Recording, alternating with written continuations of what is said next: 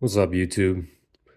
I just cleaned my SAM7sf, so I figured um, I'd give a word about mine. I'm not gonna tell you about like what it is. There's uh, already a ton of information out there that you could find if you're looking to figure out, if this is the right AK for you or whatever.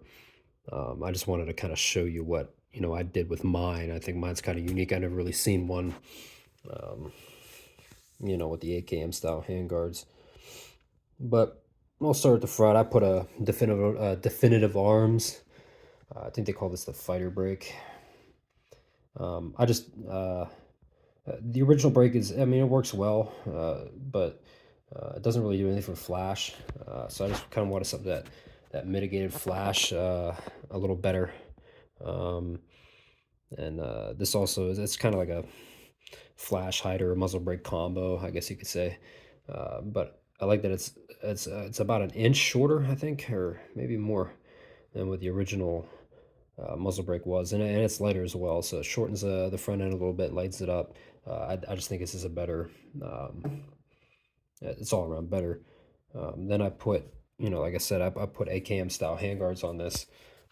This was Russian surplus that was painted black. I don't know if they did that in Russia or whatever, or here. I stripped it off with citrus strip and then put a few coats of shellac on it.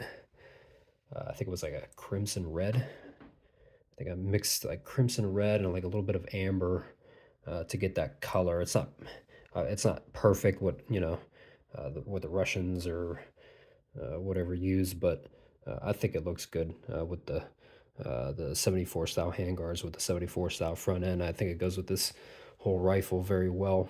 And I always hear people fussing about the furniture options you have with milled rifles, that you're limited. And yeah, they did make furniture handguards specifically for milled receivers. It's different, but you could take AKM style handguards and take a Dremel and uh, take material off the tang here. You can see the tang through the hole here for the stock latch release.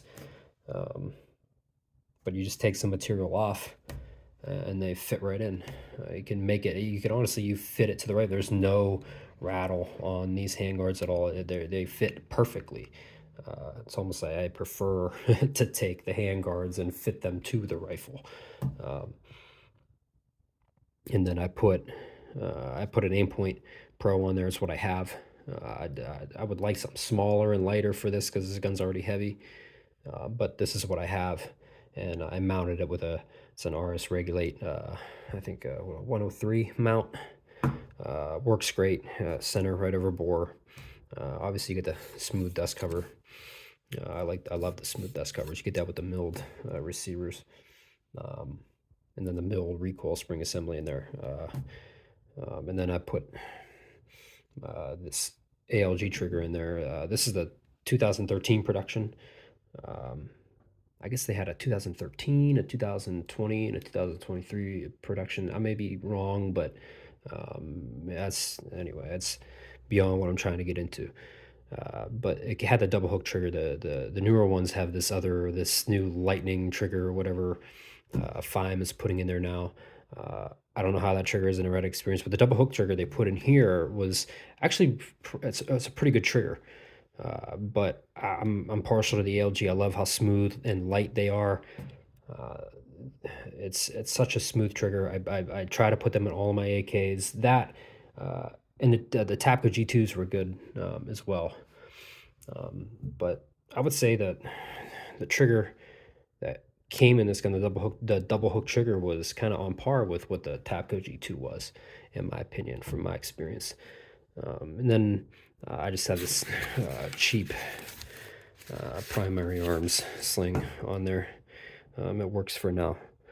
I like this AK. Um, it's my favorite AK, but the AK platform is arguably my favorite. Is this worth it for you if you're not an AK guy? Like, I love AKs. I would probably get something cheaper. These are um, $2,000 now from Kvar, I think. These were $1,300 originally, I believe, which was expensive back in 2013, 2014.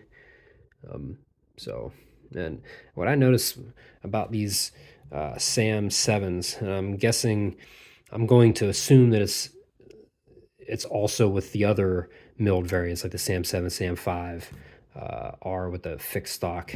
The finish on these, it's still not great, okay, but it's way better than what it was on my 106 CR and my 107R, and I'm guessing it's with the stamped offerings that they had throughout like the 2010s. But for some reason, I I don't know if anybody else has experience, but the finish on the milled guns for Arsenal, they're still not a great finish, but they're beyond what they were for the stamp guns.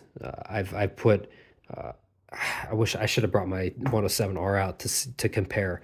I probably put about 500 or so more rounds out of my 107R than this. Um, they both had a couple cases ran through them, but and it's so much it's night and day. I wish I would have brought it out. You could see, but maybe that's for another video. But um, yeah, my only gripe I had with this gun was uh, the pin here for the magazine release.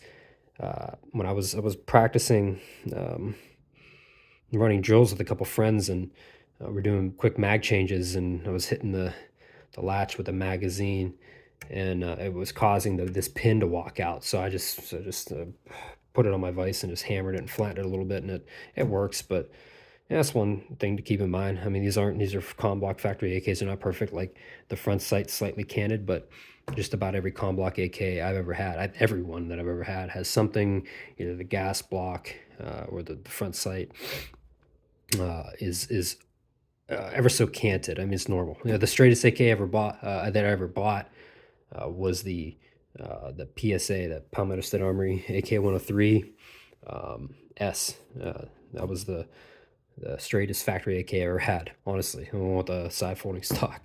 Uh, that one though, I had the center pin on it though was put in by a moron. It was bent.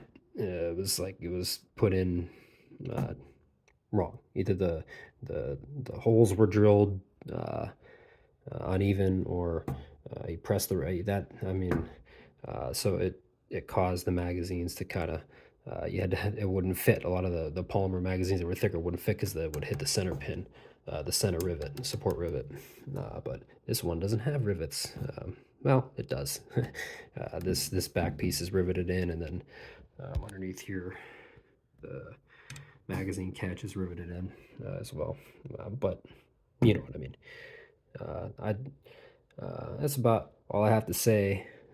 So whether or not something like this is for you is all up to you.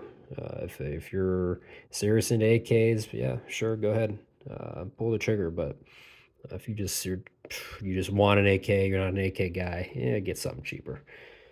But anyways, I'll see you guys.